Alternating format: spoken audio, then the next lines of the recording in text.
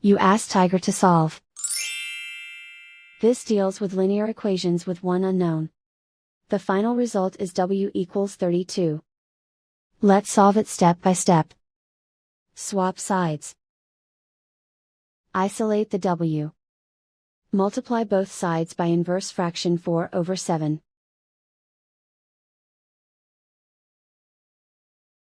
Group like terms. Multiply the coefficients. Simplify the fraction. Multiply the fractions. Simplify the arithmetic. And so the final result is W equals 32.